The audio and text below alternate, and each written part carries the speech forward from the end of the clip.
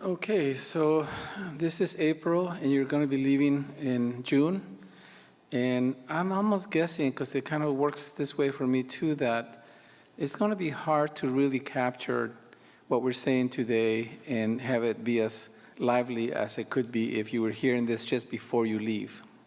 So I'm going to try to make a few points that I think in some ways have already been made by the panelists, because the panelists that you had before, the students, really talked about some of the reasons that they're going overseas. And for me, that was important because it wasn't just in terms of intellectual development, it wasn't just in terms of public service, but for some of the panelists, and I'm sure for some of you, it was also a kind of a personal quest, and an opportunity to really stretch yourself in a new environment, in a new setting, and kind of test and experience your competencies in a place that can be out of your realm for that. And I think that's really exciting, and that's really important, and I think that's terrific. So for me, what's important about that is that anytime we enter a new environment, you are going to have to deal with a few things that to some extent the student panel talked about. I'm just going to summarize them, because it's about the fact that you are entering a new environment in which you don't really know the social rules. So we even talked about the legal rules, but also the social rules in that particular context that you're going to be in. And that's, for me, really critical, because not knowing all of the social norms, the expectations that individuals in the community may have about gender, about mental illness, for example. If you happen to be an individual that is getting treated for things like major depression, anxiety, whatever it is, the rules are going to be different, and the views are going to be different. If you're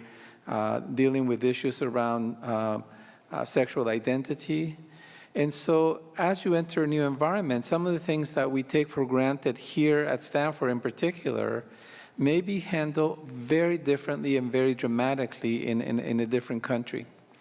And that can lead to a sense of invalidation, for example, in terms of, can you be authentic in a different country? Can you be yourself in a different country?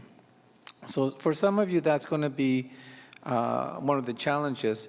But another element for me in terms of being in a different country, it really has to do with the fact that we tend to give up a lot of the core values, or lose trust in the core values and clarity that we have about ourselves and about our personal boundaries. So when something happens, we sometimes second guess our own reactions, or we're trying to work so hard to be part of the culture, to not offend our guest, that it can lead you to really making decisions that exceed your own personal boundaries. So for me, in terms of psychological self-care, that's one of the things for me, one of the main points that I want to make. One is, do have some clarity about where your boundaries are. And that is in terms of, broad things like diet, because someone mentioned about the fact that they made a decision that even though they're vegetarian in the US, in the particular setting that they were going to just eat the food that was there. And that may be possible for some of you, but that may not be possible for all of you. But it's not just around food, it's going to be around personal boundaries. The distance that people have in different countries, just even in terms of when they're having conversation, is pretty variable. We have it defined in the US about 36 inches is the perfect distance for conversations for people that we're not intimate with. But in other countries, it's closer to 24, right? And so that can create some confusion and some discomfort, and you may not respond as you need to. So having clarity about what are the things that you're going to be comfortable extending yourself out of yourself in terms of your values and your behaviors, and what are the things that you're going to set some boundaries is going to be, for me, one of the best things that you can do in terms of psychological self-care. You'll have a better experience by having that clarity.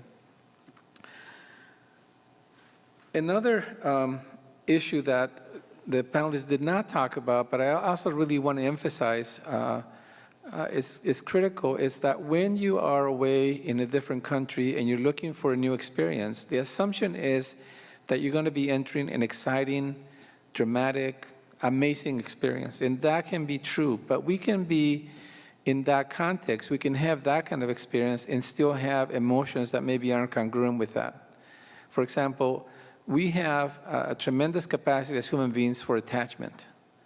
So it's possible that in this sphere of excitement, you can also feel loneliness, that you can feel alienation, that you can feel some despair, for example. Some of the things that you're going to see may be really dramatic and difficult to handle. And so you can have very strong emotions, and you need to be thinking about what happens if I encounter those kind of situations. How am I going to handle them? And one of the core ways to do that is to actually have a plan of who are you going to be talking to when you are overseas. And that conversation, when it's possible, can be done electronically, for example. It can be done in terms of simply calling somebody, emailing somebody, texting. I know all of that's possible, but for some of you, that may not be an option. So you may need to think about communicating through a journal, having a way to keep track of your experiences so you can capture them in a meaningful way. So that for me would be the second point. And then the third point that I want to make that's related to this is that when you leave Stanford, when you leave the US, you're leaving behind a significant and powerful network of connections. Some of them are social, family, sometimes they're intimate. And I want to make sure that you give some thought about particularly your intimate relationships. I make a distinction in terms of the quality of relationships that we have. And one of those distinctions is that many of us have what I would describe as friends of the heart. We have these powerful friendships in which if we don't see somebody for 3 months, 6 months, even a year, when we come back together, it's just as if we never were apart. We just reconnect. But sometimes in particularly romantic relationships, that's not the case. It's paradoxical, but it's also important for you to know that unless you make a plan of how you're going to maintain some level of intimacy with those people that are close to you, that by the time you come back, there may be a lot of injuries that you have to start repairing and be surprised by because you were out there doing something important.